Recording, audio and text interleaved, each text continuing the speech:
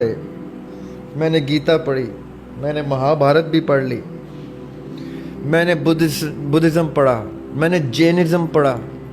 میں نے کہا یار میں سب پڑھوں. جوڈزم تو ہمارے لیے واجب ہے پڑھنا، کرسچینٹی تو واجب ہے، میں وہ بھی پڑھوں جو منع ہے. میں نے ٹیلیپیتھی پڑھی، میں نے پامسٹری پڑھی، میں پریکٹیکل پامسٹری کی ہوئی ہے. Practical palmistry just to see how it works and why is it حرام. میں نے ہر وہ آکلٹ سائنس میں اپنے یہ بال سفید کیے ہوئے ہیں کہ اگر آپ مجھ سے پوچھیں گے تو میں آپ کو میری جو میں کتابوں کی ذکر کر رہا ہوں ان کتابوں میں یہ سارا مواد میں نے لکھ چھوڑا ہے کہ تمہیں کیا کیا کتاب پڑھنے کی اب ضرورت نہیں. تمہارے بھائی نے یہ کام تمہارے لیے کر لیا ہے، اس میں کیا کیا چیز ہے جو کام کیا وہ لے لو، باقی کو پڑھنے کی بھی ضرورت نہیں. یہ میرا فرض سمجھ کے میں نے کر دیا. اب میں آپ کو بتاتا ہوں یہ جتنی سائنٹیفک ڈس آرڈرز ہیں اس کا ایک علاج قرآن نے اتنا خوبصورت دیا ہو اور وہ آیت الکرسی.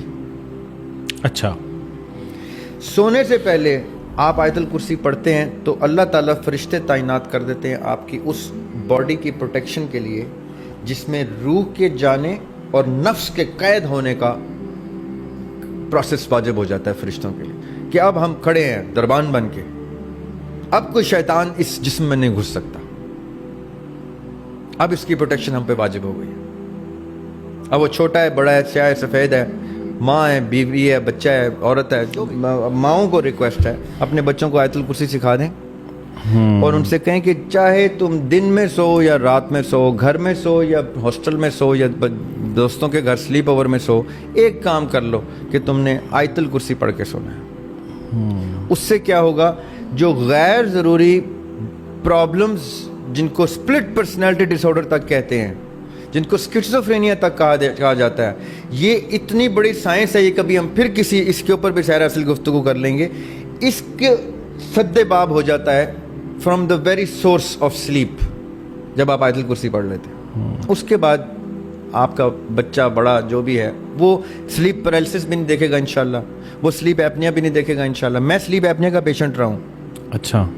اور اتنا شدید پیشنٹ رہا ہوں کہ مجھے اس کا ماسک تک منگوانا پڑ گیا تھا بھائی سے امریکہ سے کہ اس کا ایک ماسک ہوتا ہے وہ پہن کے آپ سوتے ہیں کیونکہ وہ نیئر ڈیتھ ایکسپیرینس ہوتا ہے، اس میں سانس بند ہو جاتی ہے اور آپ چھلانگ مار کے گرتے ہیں، سانس کی طلب میں آپ بھاگ رہے ہوتے ہیں پاگلوں کی طرح، سانس نہیں آ رہی ہوتی.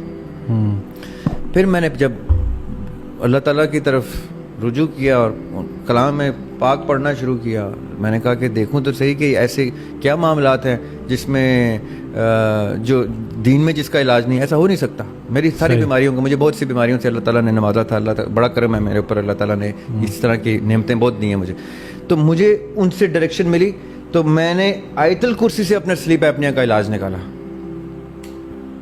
جب میں بھول جاتا ہوں آج بھی کسی وجہ سے جلدی میں بے دھیانی میں پڑھتے لکھتے کہ کتاب وہیں پہ سر رکھ کے سو گیا تو مجھے سلیپ ایپنیا جگاتا ہے اور میں ہنستا ہوں، میں کہتا ہوں آیت الکرسی نہیں پڑھی نا، یہ تجھے اس لیے تھپڑ پڑا.